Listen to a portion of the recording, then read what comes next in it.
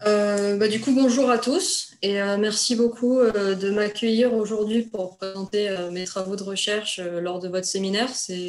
J'en suis ravie et honorée. C'est vraiment un plaisir pour moi d'être là.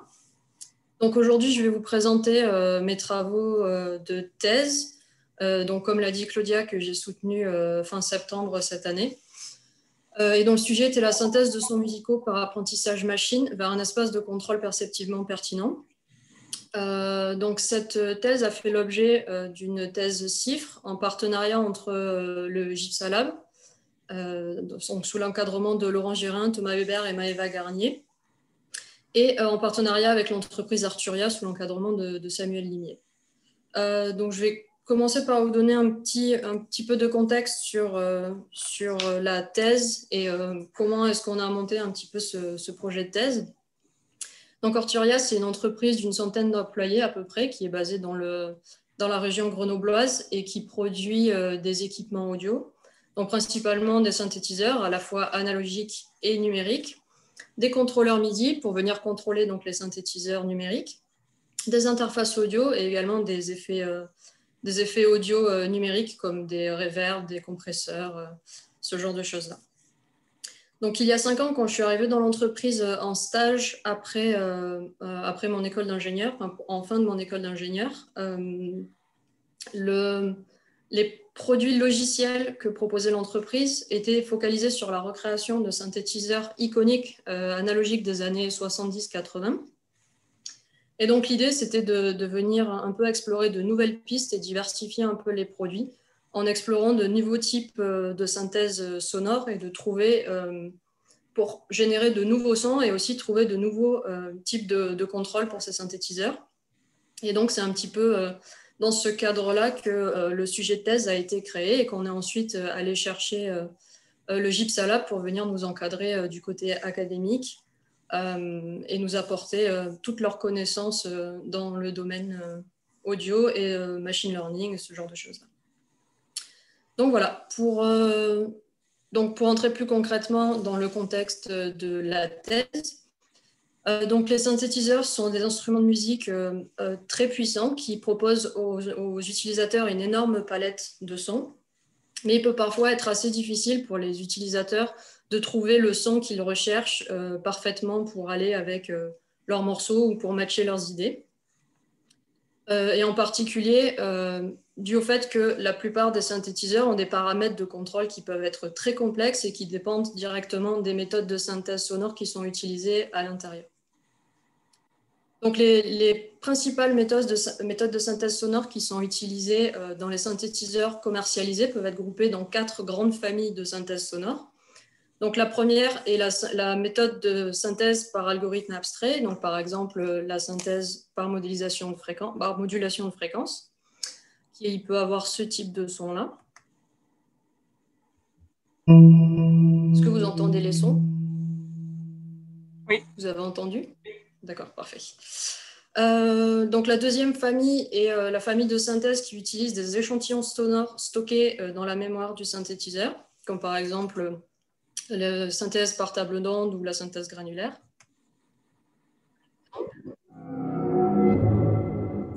Là, les familles de la synthèse par modélisation spectrale, avec la synthèse additive et soustractive par exemple. Et enfin, la synthèse par modélisation physique.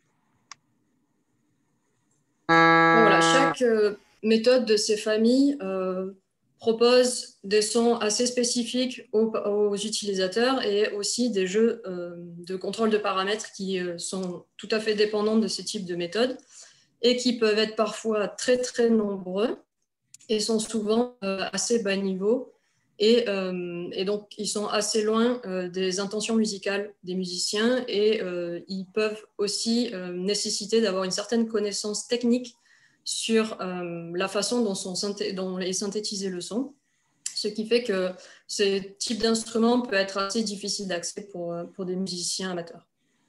Donc, l'idée de cette thèse, c'est de venir explorer des algorithmes d'apprentissage machine qui permettraient d'obtenir, de générer de tout nouveaux sons avec une bonne qualité tout en proposant des paramètres de contrôle qui soient plus intuitifs pour les musiciens, comme par exemple du vocabulaire utilisé classiquement pour pour décrire les sons comme métalliques, chauds ou encore agressifs.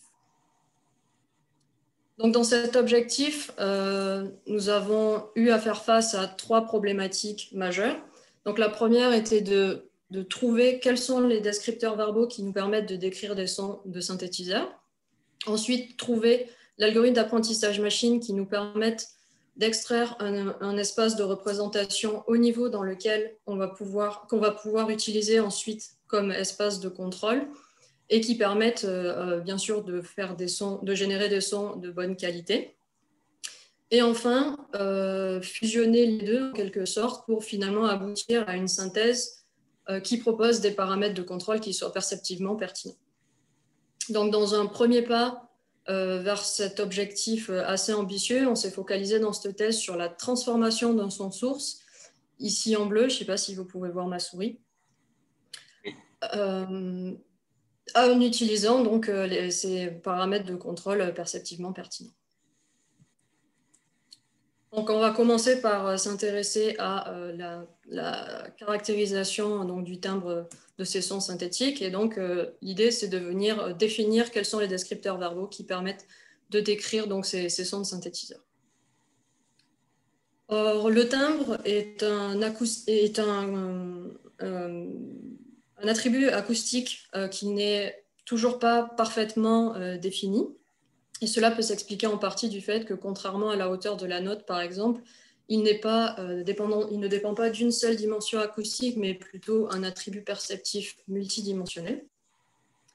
Et de nombreuses études donc, ont été faites pour essayer de comprendre un petit peu mieux ce qu'est le timbre et quelles sont les dimensions acoustiques principales qui permettent d'expliquer mieux ce que c'est.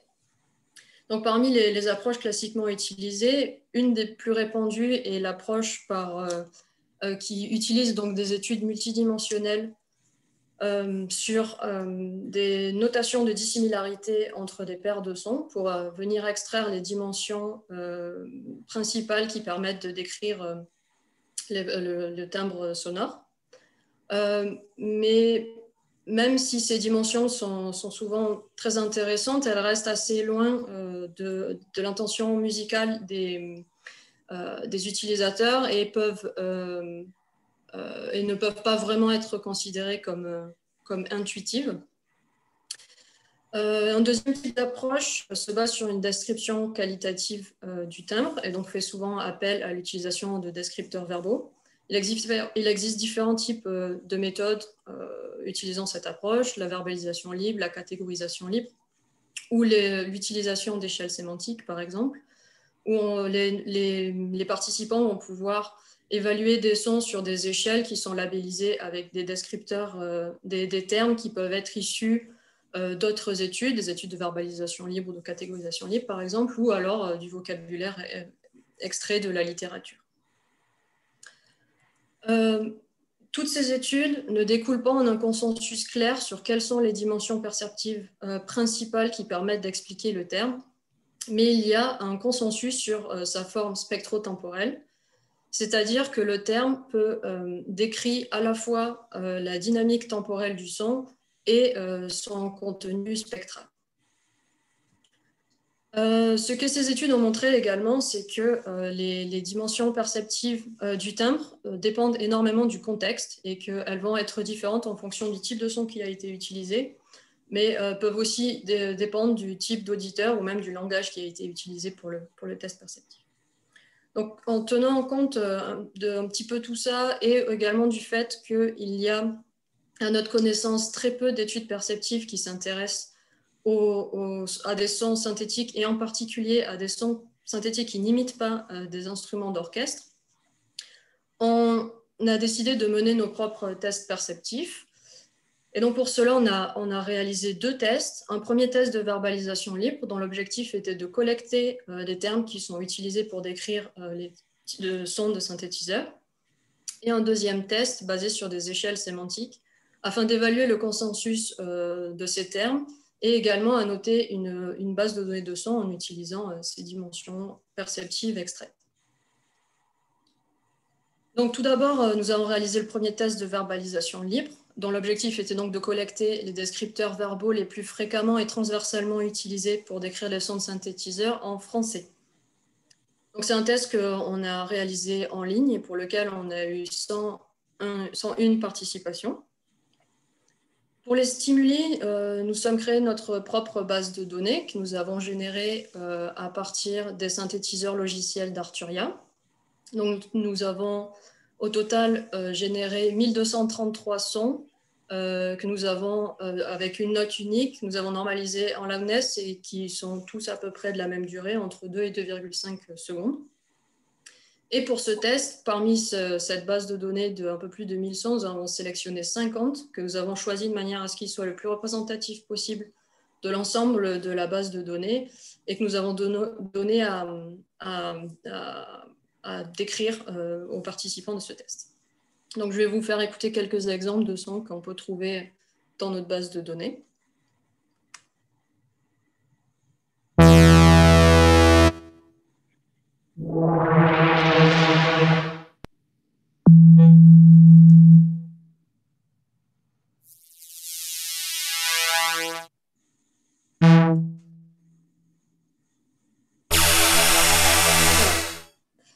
Donc, en tout, les participants avaient 20 sons différents à décrire.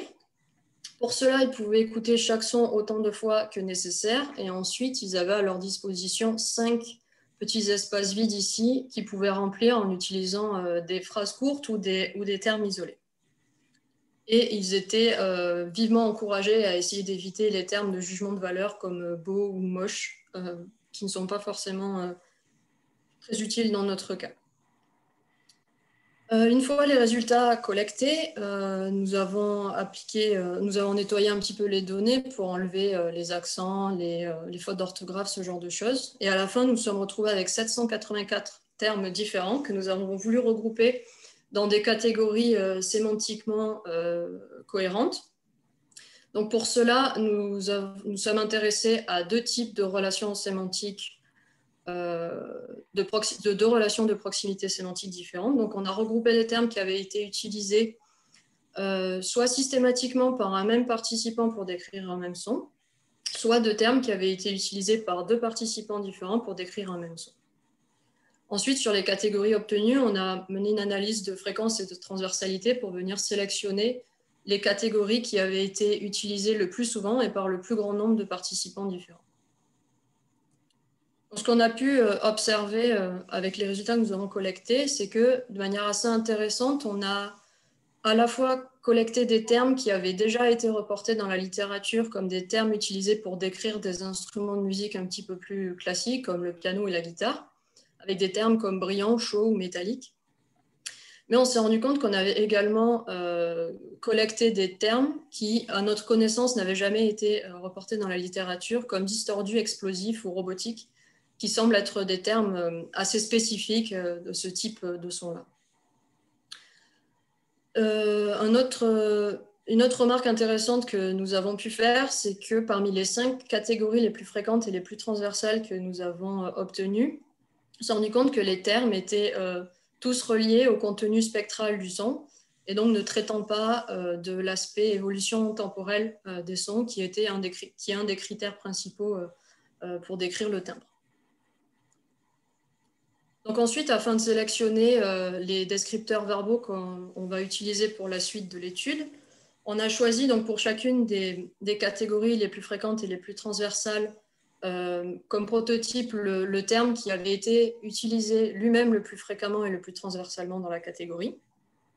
Et afin de couvrir toutes les dimensions du timbre, on a également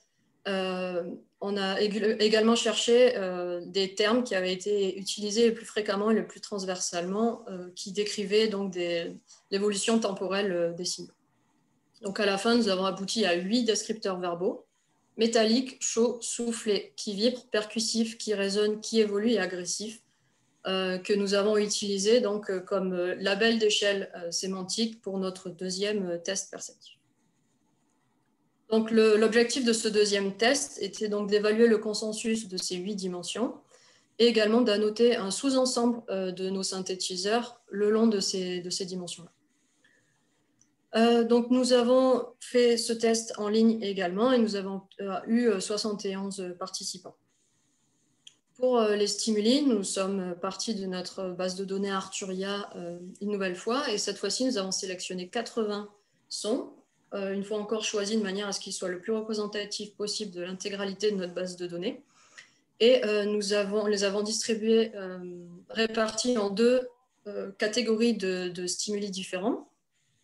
Nous avons mis 10 dans une catégorie de stimuli d'apprentissage qui étaient systématiquement présentés à tous les participants dans le même ordre, de manière à ce qu'ils se familiarisent à la fois avec les échelles et avec les sons, et les autres pour les stimuli de la phase principale.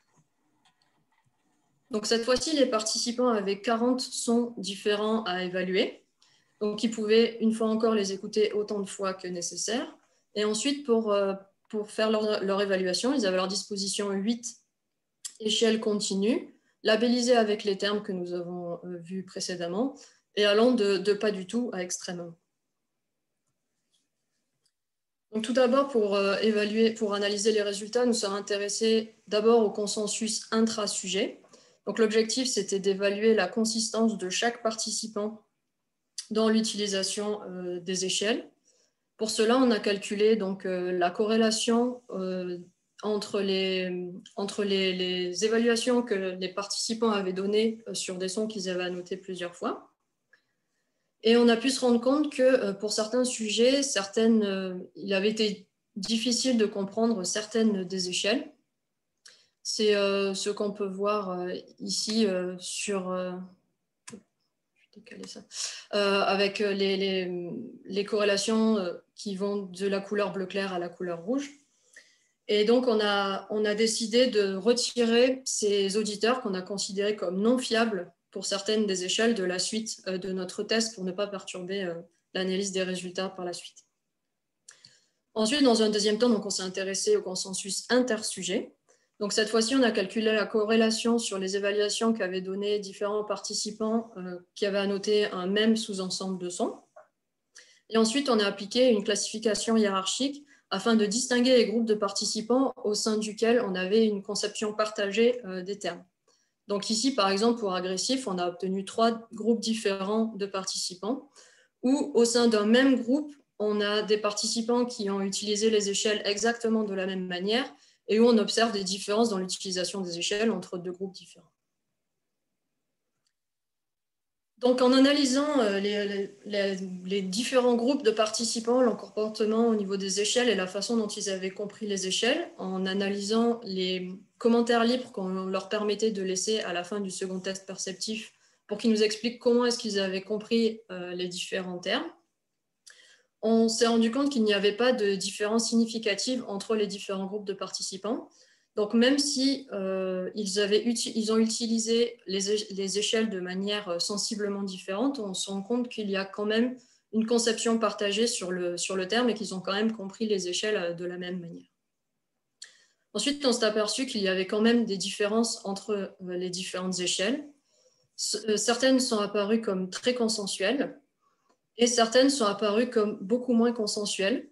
Donc, en analysant un petit peu les commentaires laissés à la fin, on a pu voir que ceci peut s'expliquer en partie par le fait que ces 2 échelles-là pouvaient être comprises de 2 manières différentes. Donc, qui vibre a été compris en partie comme la présence d'une oscillation basse fréquence dans le son, mais aussi comme la présence d'une oscillation haute fréquence. Et qui résonne a pu être compris de 2 manières différentes aussi, soit la présence d'une réverbération dans le son, soit une présence d'un filtre résonant, qui n'ont bien sûr pas du tout les mêmes propriétés sur le son. Enfin, ce qui est intéressant de noter, c'est que le degré de consensus est consistant entre les 2 analyses, c'est-à-dire que les échelles qui sont les plus consensuelles sont aussi apparues comme les échelles qui ont été le mieux comprises et utilisées de la manière la plus consistante par les participants.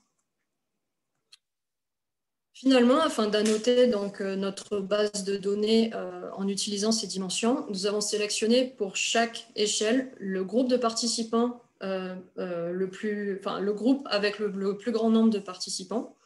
Et nous avons annoté chaque son avec la note moyenne donnée par les participants de ce groupe-là.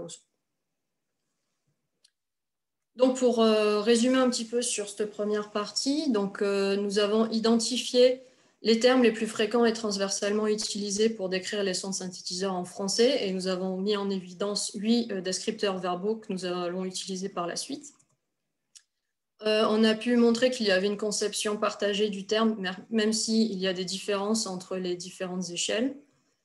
On a mis en évidence un aspect dual de 2 de ces dimensions qui questionnent donc leur utilisation pour des synthétiseurs commercialisables. Et enfin, on a annoté un sous-ensemble de notre base de données Arturia avec des scores perceptifs. Donc à présent, on va s'intéresser à la partie apprentissage par réseau de neurones. Et donc, on va mettre de côté les résultats qu'on a obtenus dans cette première partie et se focaliser sur notre synthétiseur neuronal. Donc l'objectif à présent, c'est d'explorer des méthodes d'apprentissage profond qui nous permettent donc d'extraire un espace de représentation haut niveau avec des propriétés intéressantes d'interpolation et d'extrapolation pour qu'on puisse venir naviguer dans cet espace pour venir contrôler notre synthèse sonore tout en générant des sons de bonne qualité. Donc nous sommes partis des questions suivantes. Est-ce qu'il est possible d'extraire un espace de ce type de manière totalement automatique à partir de représentations de signaux? Et est-ce que cet espace est adapté pour le contrôle de la synthèse et à la fois perceptivement pertinent? Donc, quand il s'agit de synthèse sonore à base de réseaux de neurones, il y a 2 écoles principales. La première utilise des modèles de type auto-encodeur et la deuxième, un peu plus récemment apparue, utilise des modèles de type GAN, Generative Adversarial Networks, qui sont aujourd'hui utilisés comme les ADLAR pour la génération d'images et qui commencent à être utilisés en audio. Donc nous, dans cette thèse, on s'est focalisé sur la partie sur des modèles de type auto-encodeur. En ligne avec les études présentées qui utilisent les auto-encodeurs pour la synthèse sonore, nous avons appliqué une méthode en analyse, transformation, synthèse. Donc le principe est le suivant, on part de notre signal pour lequel on récupère une représentation temps-fréquence. Le spectrogramme de phase étant un outil mathématique assez complexe à modéliser, on n'a gardé que le spectrogramme d'amplitude, que l'on donne à manger dans un premier temps un premier modèle qui s'appelle un modèle d'encodeur qui va extraire à partir de ces données un espace de représentation haut niveau, souvent plus petite dimension, qui est l'espace dans lequel on va vouloir que les musiciens viennent appliquer des modifications pour venir se balader un peu dans l'espace. Et ensuite, grâce à un modèle décodeur, on va revenir à une représentation temps-fréquence des données en reconstruisant le spectrogramme d'amplitude. Et ensuite, en appliquant donc un algorithme de reconstruction de phase et une transformation de Fourier inverse, on peut revenir à notre signal de base. Donc, dans notre étude, on s'est intéressé à différents types de modèles d'auto-encodeurs, donc des auto-encodeurs classiques et profonds, des auto-encodeurs récurrents, donc qui sont des modèles qui ont un état interne qui permet de garder une mémoire de l'évolution temporelle des signaux, et un auto-encodeur variationnel que j'expliquerai un petit peu plus tard. Et nous avons utilisé comme modèle de référence l'analyse en composantes principales qui peut être vue comme un auto-encodeur linéaire. Donc, qu'est-ce qu'un auto-encodeur? Un auto-encodeur, c'est un modèle de réseau de neurones profond avec cette forme particulière en diabolo, où on a d'abord notre signal d'entrée qui va être projeté sur un espace de représentation que l'on appelle l'espace latent de plus petite dimension. Et donc, à partir de cet espace, on va revenir à l'espace de nos données de départ en apprenant à reconstruire l'entrée dans la sortie. Et donc, ce sont des modèles qui sont auto-supervisés et qui sont entraînés à minimiser l'erreur de reconstruction entre l'entrée et la sortie. Si on ajoute des couches de neurones à la fois dans l'encodeur et dans le décodeur, on se retrouve avec un auto-encodeur profond et on a exactement le même mécanisme qui fonctionne. Et ce mécanisme marche encore pour les auto-encodeurs récurrents, où ici on vient remplacer les neurones classiques par des neurones récurrents qui permettent donc de garder une mémoire donc de l'évolution temporelle de nos signaux. L'auto-encodeur variationnel est un modèle un petit peu plus compliqué. Donc le VAE, donc l'auto-encodeur variationnel, peut être vu comme un modèle probabiliste de l'auto-encodeur classique. Donc je ne vais pas vraiment rentrer dans les détails de ce modèle, ce qui n'est pas très pertinent ici, mais juste ce qu'il est important de savoir, c'est que donc cette fois-ci, au lieu de mapper de manière déterministe une entrée à un vecteur latent puis à une sortie, on va plutôt modéliser les paramètres de la distribution des données, ici et ici, ce qui va nous faire un modèle génératif qui va nous permettre de générer de toutes nouvelles données avec exactement le même comportement que, que les données de notre base de données. Mais surtout, ce qui nous a intéressé ici, c'est qu'on va pouvoir ajouter une contrainte à la structure de l'espace que l'on va extraire pour, par exemple, nous, dans notre cas, vu qu'on veut l'utiliser comme un espace de contrôle, on va essayer de lui appliquer une contrainte de manière à ce que les dimensions qui sont extraites par le modèle soient indépendantes les unes des autres. Et donc, lors de l'apprentissage du modèle, pareil, je ne vais pas rentrer dans les détails, mais cette fois-ci, le modèle ne va pas seulement apprendre à minimiser l'erreur de reconstruction entre l'entrée et la sortie, mais il va également avoir cette contrainte que l'on appelle de régularisation qui va forcer l'espace latent extrait ici à suivre la structure qu'on a voulu lui imposer. Et donc, on peut voir qu'on a un petit coefficient ici, bêta, qui va être utile pour la suite, qui est un coefficient de pondération qui nous permet de trouver l'équilibre entre la reconstruction et la structuration de cet espace lors de l'apprentissage du modèle. Donc, nous avons comparé tous ces modèles sur deux bases de données différentes. Donc, d'abord, on s'est intéressé à la base de données NCINT, qui est une base de données standardisée et publiquement disponible, qui est une très grande base de données de sons multi-instrumentaux avec plusieurs notes. Et ensuite, on a comparé nos modèles sur notre base de données Arturia, qui est beaucoup plus petite, mais qui est plus pertinente avec le type, avec l'application que l'on veut par la suite. Donc, comme je le disais précédemment, on s'est intéressé à une représentation temps-fréquence de nos données en gardant seulement le spectrogramme d'amplitude. Et pour la reconstruction de phase, on s'est intéressé à deux algorithmes différents, l'algorithme de Griffin et Lim et le dépliement linéaire de phase. Donc, on a comparé nos différents modèles, notre référence qui est l'ACP, des modèles d'auto-encodeurs classiques et profonds avec plusieurs architectures, des modèles de VAE avec plusieurs valeurs de bêta différentes et l'auto-encodeur récurrent. Donc, dans un premier pas, pour comparer nos modèles, on s'est intéressé à la qualité de la reconstruction qu'on pouvait obtenir dans un contexte d'analyse-synthèse, donc sans transformation au milieu. Et on a comparé les modèles en utilisant deux métriques différentes. Une mesure physique objective de la différence, donc avec l'erreur quadratique moyenne, RMSE, et une mesure perceptive objective, PMOQ, qui est une mesure qui représente la perception que l'on a de la qualité audio.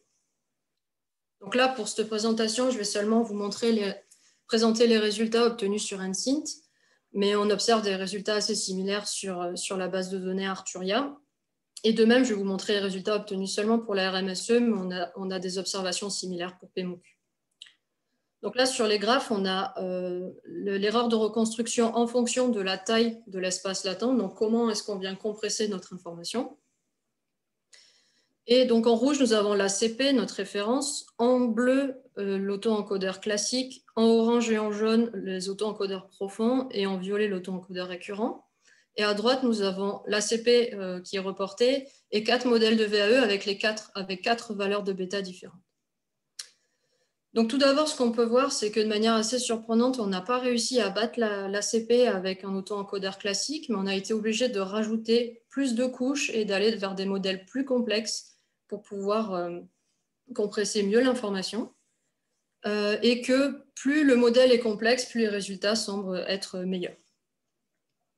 De la figure de droite, ce qu'on peut voir, c'est que si on augmente la valeur du bêta, et que donc on donne plus d'importance à la régularisation du modèle, donc la structuration de l'espace lors de l'apprentissage, on vient dégrader la qualité de la reconstruction audio. Mais ce qu'on peut voir, c'est que même si on n'arrive pas à avoir des résultats de la même qualité que pour des modèles où qui optimise seulement la reconstruction, on peut quand même obtenir une qualité audio tout à fait correcte. Donc, je vais vous faire écouter un petit exemple. Donc, voici le son original que l'on a voulu donc encoder, décoder avec nos modèles. Donc ici, c'est le meilleur cas possible qu'on obtient avec une ACP pour un encodage, une taille de la dimension latente de 100.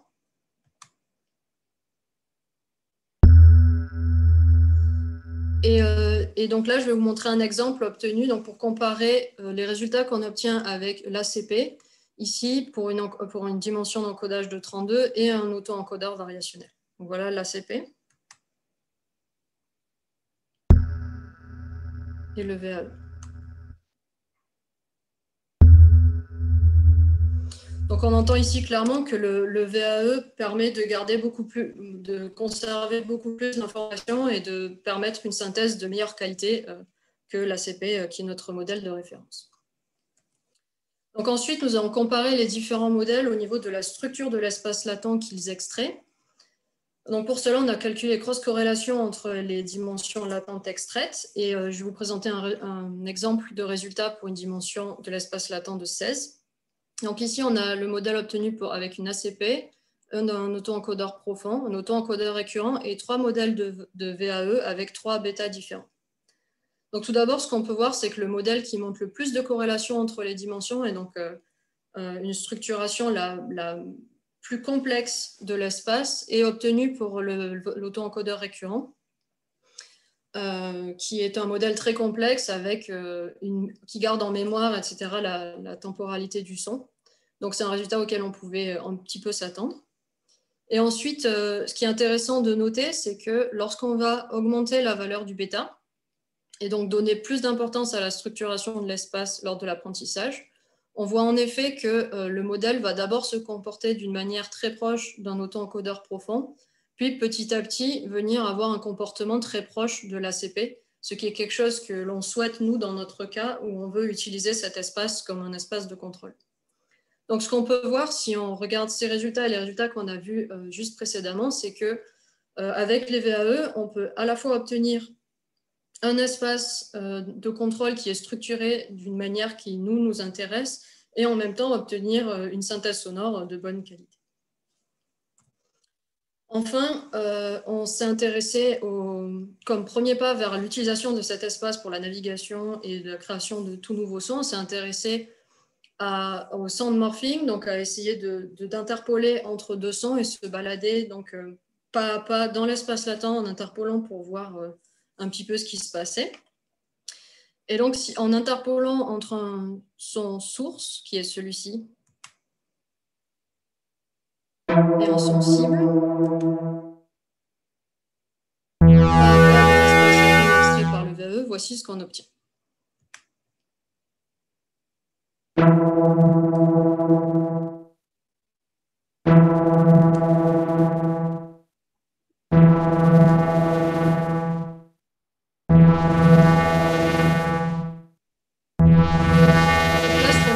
C'est qu'on a une trajectoire cohérente entre la source et la cible et on se balade de manière continue en passant par des sons hybrides tout à fait intéressants qui ne sont pas comme la source plus la cible, mais vraiment une sorte de chimère entre les deux sons.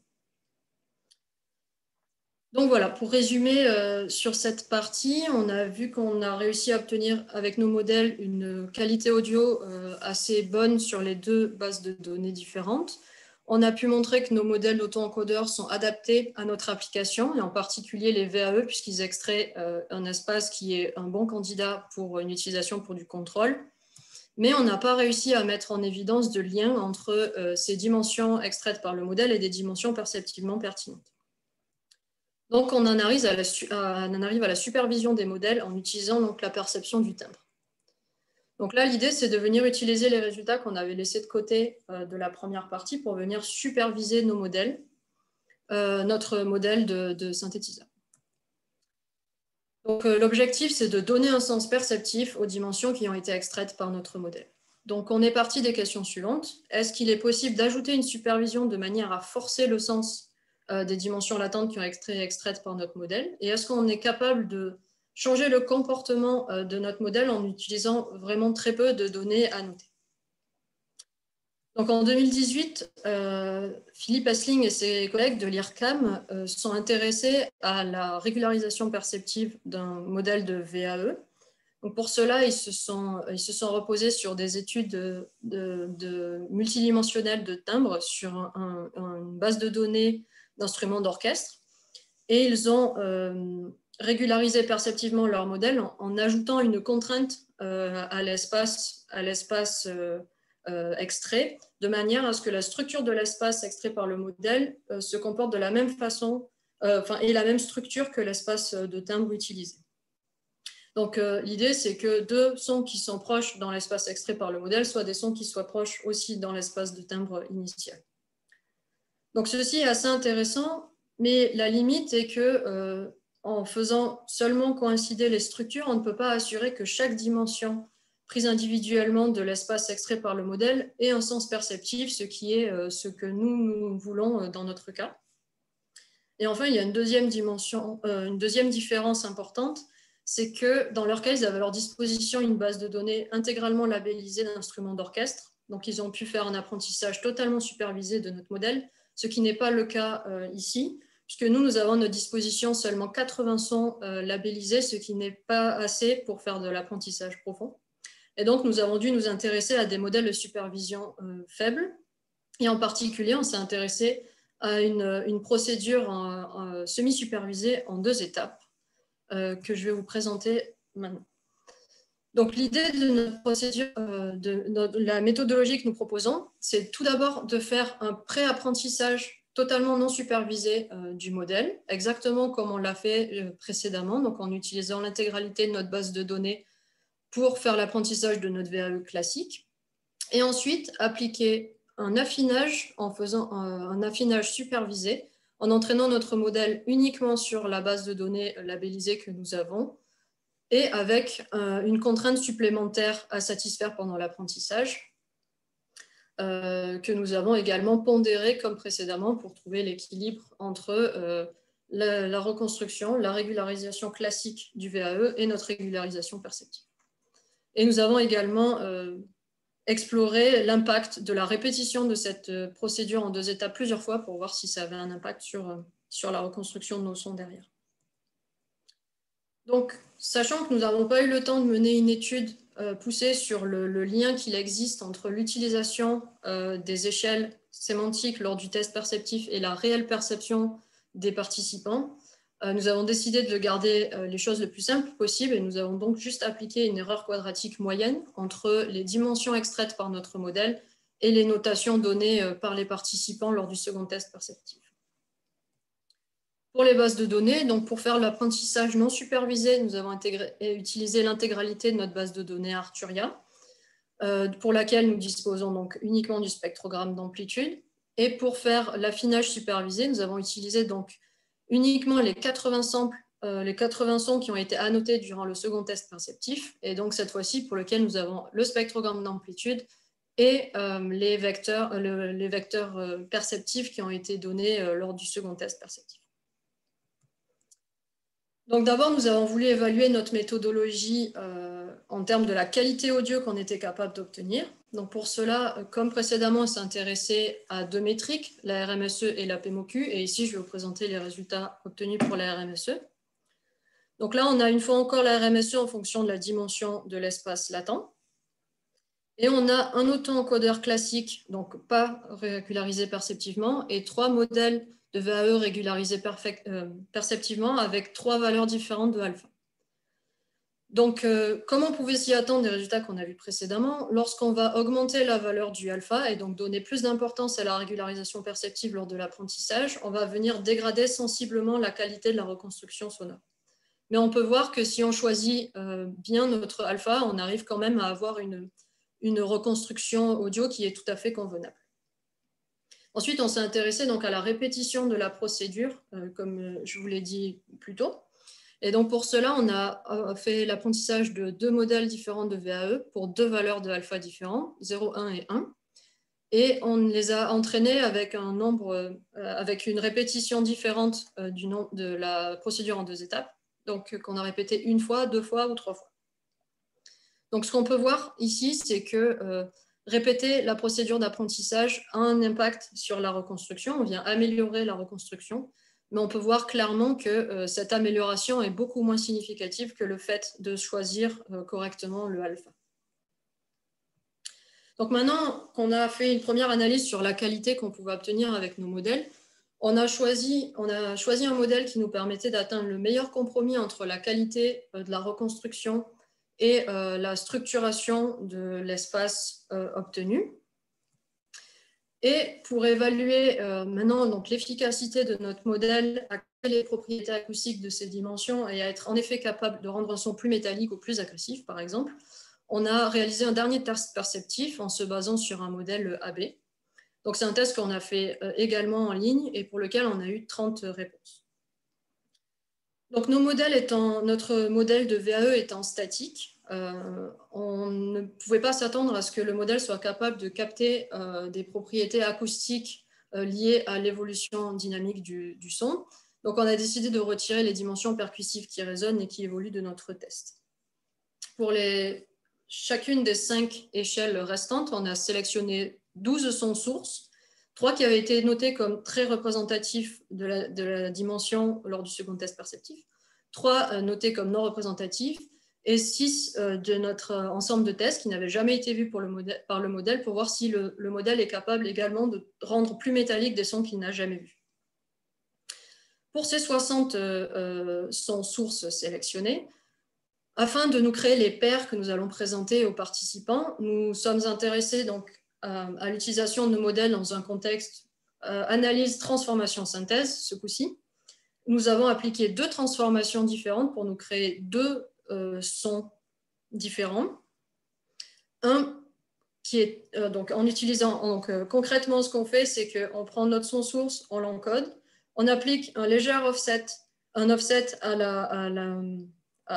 la trajectoire latente qu'on obtient.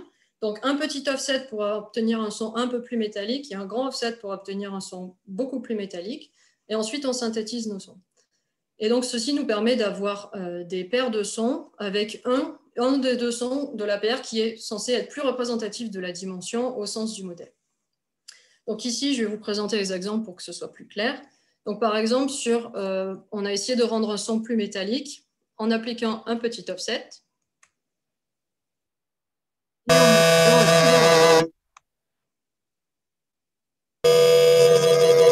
peux vous le faire jouer à nouveau. Voilà, c'est cet exemple de paire qui va être présenté aux participants et le participant doit sélectionner celle qui est pour lui le plus représentatif de l'échelle. Je peux vous faire écouter un exemple pour agressif aussi, par exemple. Avec un grand offset. Donc, en tout, les participants avaient les 60 paires de sons à évaluer. Donc, chaque son de la paire a été associé de manière aléatoire à soit le son A, soit le son B, que les participants pouvaient écouter autant de fois que nécessaire. Et ensuite, ils avaient à sélectionner le son qui, selon eux, était le plus représentatif de la dimension sélectionnée. Donc ici, par exemple, quel est le son le plus métallique parmi les 2. Donc, nous avons analysé les résultats à l'aide d'une régression logistique à effet aléatoire, dont l'objectif était double.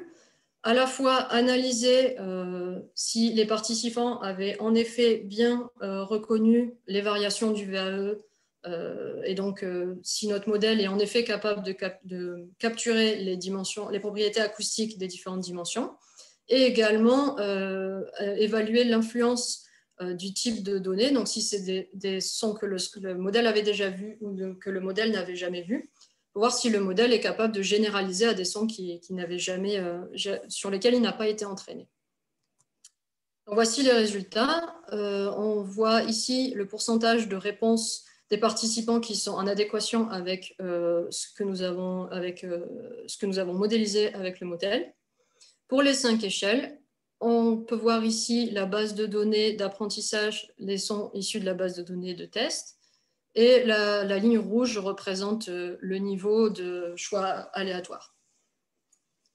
Donc, ce qu'on peut voir, c'est qu'il n'y a pas de différence significative entre les 2 types de sons, les 2 types de bases de données de départ du son, ce qui montre que notre modèle est capable de généraliser et de rendre des sons plus métalliques, même s'il ne les a jamais vus, par exemple. Et par contre, on observe qu'il y a des différences entre les échelles. Donc, le modèle a été capable de capturer très bien les propriétés acoustiques de agressif et qui vibre. On peut voir qu'on ne peut pas rejeter l'hypothèse selon laquelle les participants ont répondu de manière aléatoire pour chaud et soufflé. Et pour métallique, on peut voir qu'il y a une tendance, mais les résultats ne sont pas statistiquement significatifs. Donc, pour résumer cette dernière partie, donc on a vu que notre méthodologie nous permet d'obtenir une qualité sonore tout à fait convenable pour un alpha bien choisi. Donc, cette régularisation supplémentaire a un impact sur la qualité audio, mais c'est quelque chose qu'on peut améliorer en agrandissant les bases de données qui ont été utilisées pour l'apprentissage. On n'a pas réussi à mettre en évidence une influence claire d'une répétition de la procédure en 2 étapes d'apprentissage de nos modèles. Et finalement, on a pu valider préliminairement notre méthodologie en montrant que le modèle était capable de généraliser, même si très peu de données d'apprentissage de données labellisées ont été utilisées.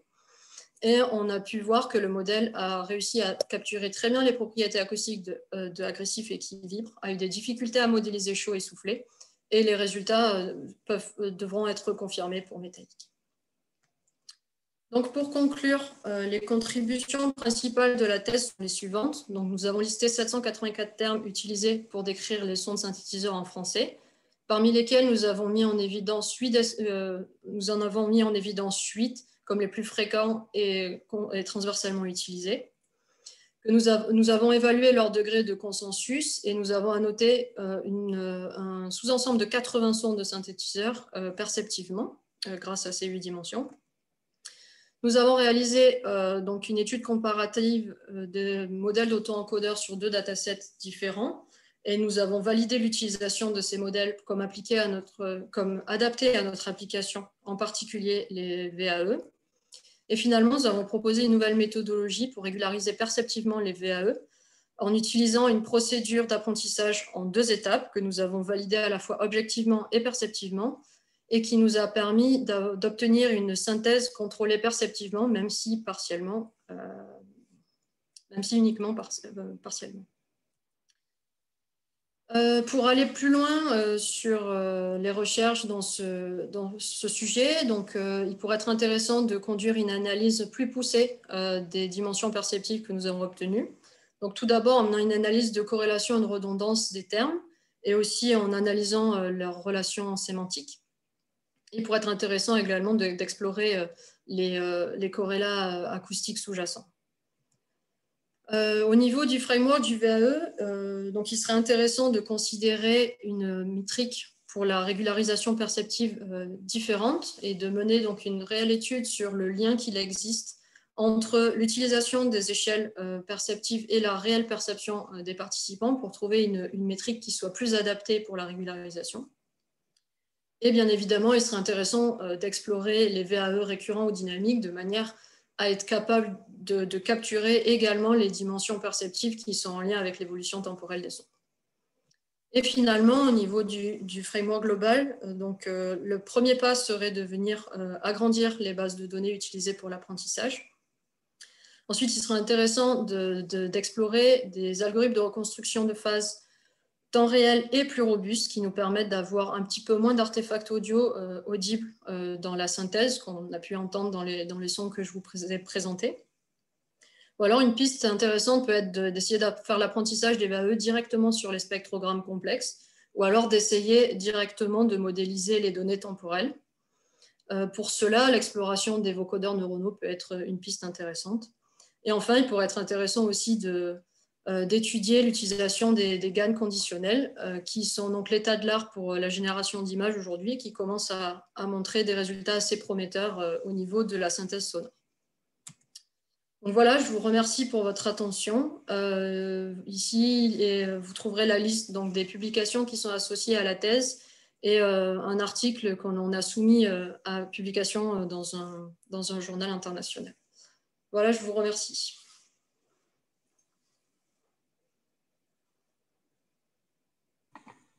Merci Fanny. Qui veut entamer la séance de questions?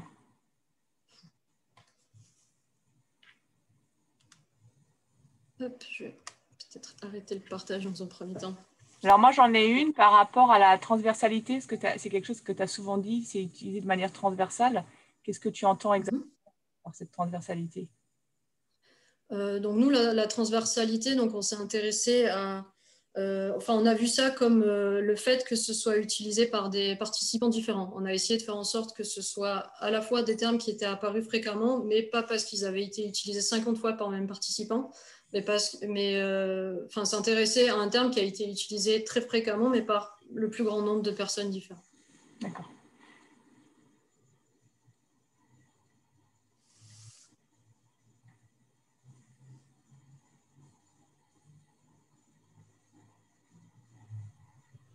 Christophe allume sa caméra. Donc Christophe. Oui. Bonjour. Attends, Nicolas, tu voulais peut-être poser une question avant que tu ne partes, hein? Il dit qu'il doit partir. Oui, je suis désolé. Christophe, c'est juste comme Nicolas doit partir, on va lui laisser le... J'ai mis mon mail dans le chat. Ouais. Super, merci. Non, je te remercie, c'était très clair et vraiment très intéressant.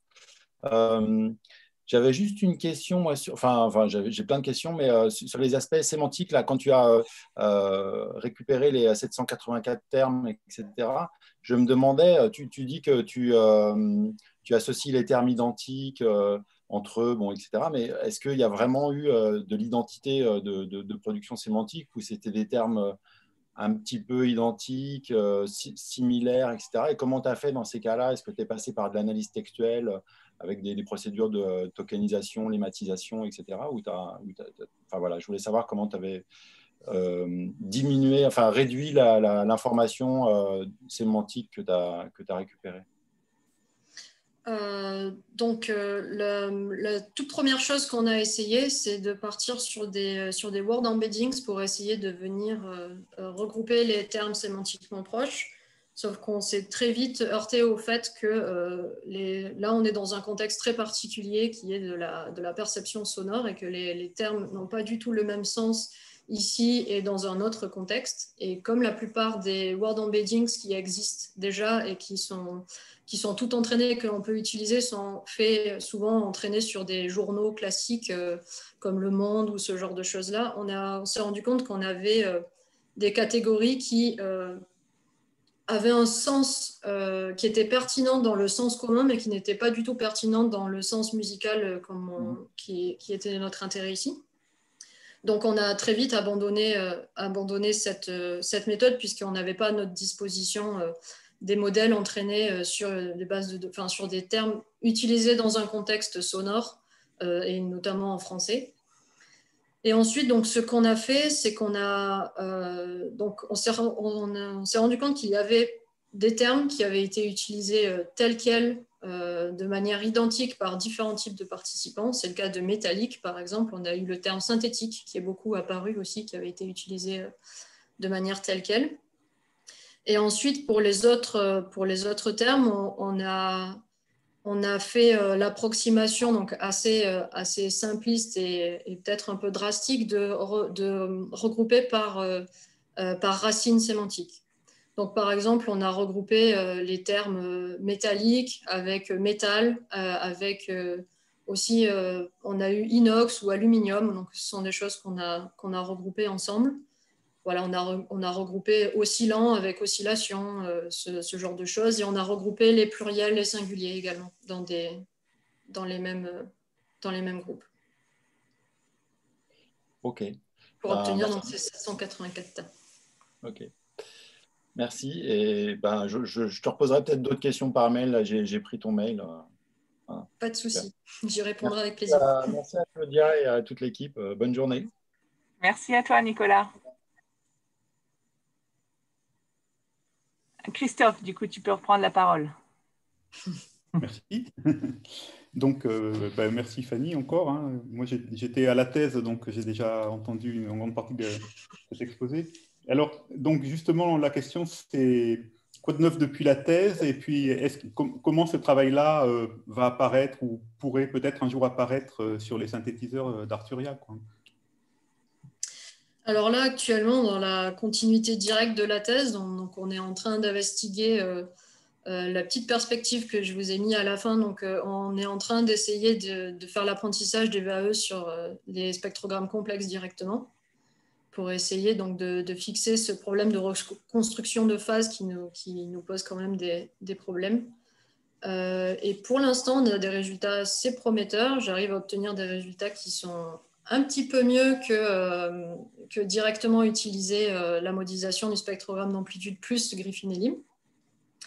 Mais on n'est pas encore sur quelque chose de totalement parfait. Et pour l'instant, j'ai réussi à négocier qu'un temps partiel sur ces sujets-là. Ils m'ont mis sur des sujets un peu plus concrets à court terme. Donc voilà, mais c'est quelque chose à laquelle je tiens et sur laquelle je vais continuer à travailler pendant les prochains mois, je dirais. Oui, ben, c'est un enjeu important parce que c'est vrai que si ça marche, ça permet d'ouvrir ce type de méthode d'apprentissage sans la rustine, je dirais, de la reconstruction de phase, quoi. Tout à fait. Et donc, quant à l'application qui était le fond finalement de la question, c'était un synthétiseur piloté par une description verbale. Donc, il y a des espoirs il y a des pistes pour en faire quelque chose? Oui, on a donc des personnes qui sont dans le design de produits, donc un peu plus vraiment au niveau sur les besoins utilisateurs, qui planchent dessus et qui réfléchissent à sous quelle forme, quelle est la forme qui pourrait être la plus adaptée pour les utilisateurs, un petit peu dans cette idée. Donc, peut-être dans un premier temps sous forme d'un effet qui vienne donc transformer le son, un peu comme j'ai fait dans ma thèse. Donc, avoir un effet qui rende plus métallique ou plus agressif les sons dans un premier temps, et peut-être sur le long terme, pourquoi pas un synthétiseur. En tout cas, c'est en discussion. Oui, non, mais c'est effectivement intéressant de voir ça plutôt comme effet ou comme différence, hein, plus 2, moins 2, que comme catégorie absolue où finalement il y a. Voilà. Sinon, c'est la description chinoise, il y a les sons du métal, les sons de la soie. Voilà. En tout cas, merci pour la clarté de l'exposé et merci beaucoup. Merci à vous à nouveau.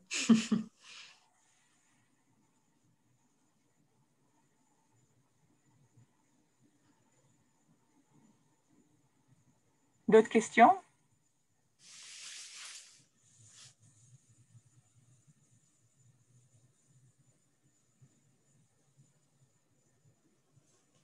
Ah bah alors, je vais peut-être en poser encore une. Ouais, j'étais un peu surprise parce que finalement, ça fait quand même assez peu de catégories que tu as trouvées avec métallique. Alors, je ne les ai plus tous en tête. Il y a Oui, voilà. Mais finalement, j'ai l'impression que ça fait assez peu de catégories par rapport à la diversité de ce qu'on peut entendre et de ce qu'on peut décrire. Et du coup, ouais, tout à fait. Ça, c'est la contrainte vient de la contrainte produit initiale sur laquelle on a un petit peu basé le sujet de thèse. Donc l'idée, c'était d'obtenir à la fin donc, un synthétiseur avec un certain nombre de contrôles. Et pour ne pas perdre les utilisateurs, on ne peut pas avoir 50 termes différents, 50 sliders ou potards différents. Donc ça a été un choix qu'on a fait dès le départ, où on s'était dit entre 6 et 12, pas plus. Voilà. Donc on a voulu se limiter à un nombre de catégories. Et par l'analyse des catégories perceptives qui étaient les plus fréquentes et les plus transversales, donc c'est le nombre qui nous a paru le plus adapté en vue des catégories qu'on avait une fois classées par ordre de fréquence et de transversalité. Donc c'est sûr que ça limite énormément, mais voilà, dans un contexte d'utilisation, on ne peut pas présenter 50 contrôles différents aux utilisateurs, ce serait trop compliqué. Je comprends. Merci pour cette clarification.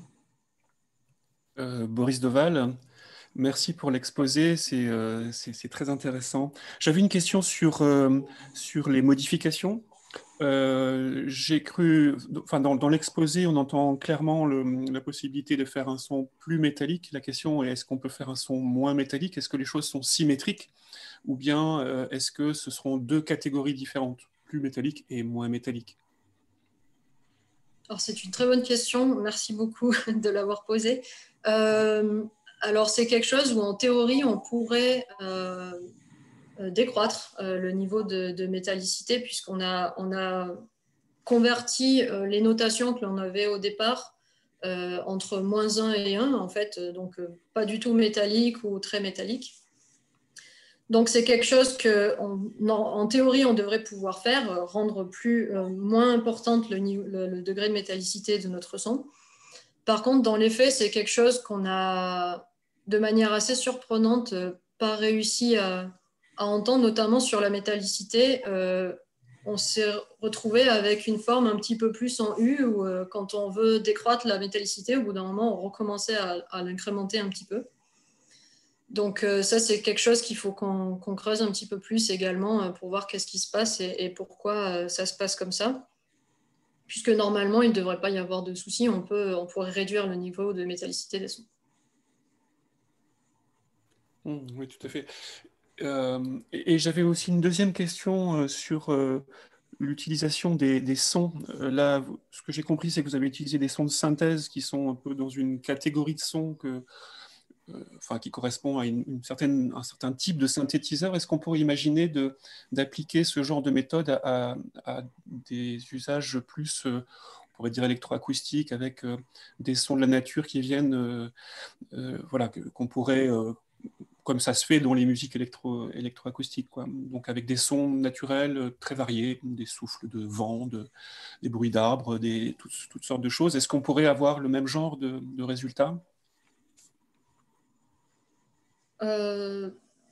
En théorie, oui, le modèle se nourrit de l'exemple qu'on lui donne à manger. Donc, c'est des choses qui devraient pouvoir tout à fait fonctionner pour ce type de son. En revanche, peut-être que les descripteurs, les descripteurs verbaux qu'on a mis en évidence pour ce type de son ne seraient plus du tout adaptés à des sons de la nature. Et par exemple, le terme agressif ne serait plus du tout adapté à des sons d'oiseaux qui chantent ou de vent dans les feuilles, ce genre de choses. Donc je pense qu'il faudrait refaire l'intégralité de la démarche, mais je pense que c'est des choses qui sont tout à fait possibles, oui. Ok, merci. Par contre, la quantité de son, étant donné qu'on est sur de l'apprentissage profond, on a quand même une nécessité d'avoir une grosse base de données de son, donc ça peut être une contrainte.